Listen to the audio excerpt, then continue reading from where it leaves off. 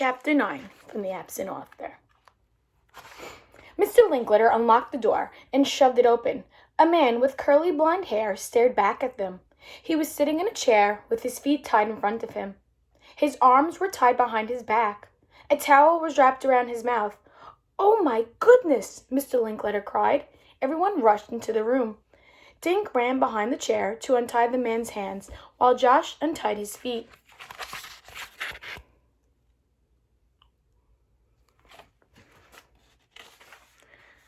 Mavis unwrapped the towel from around his mouth. "Thank goodness you got here," the man said. "I'm Wallace Wallace. Someone knocked on the door last night. A voice said he was from room service. When I opened the door, 2 men dragged me in here and tied me up." He looked at Dink. "You're Dink Duncan. I recognize you from the picture you sent. How did you find me?" "We followed your itinerary," Dink said. He showed Mr. Wallace the sheet of paper.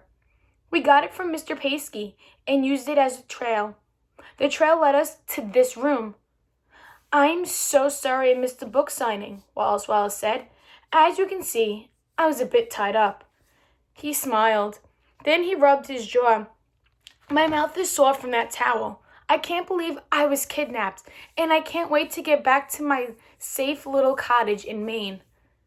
"Can you describe the 2 guys who kidnapped you?" Dink asked. "We should tell Officer Fallon, as he can try to find them." Wallace stared at Dink.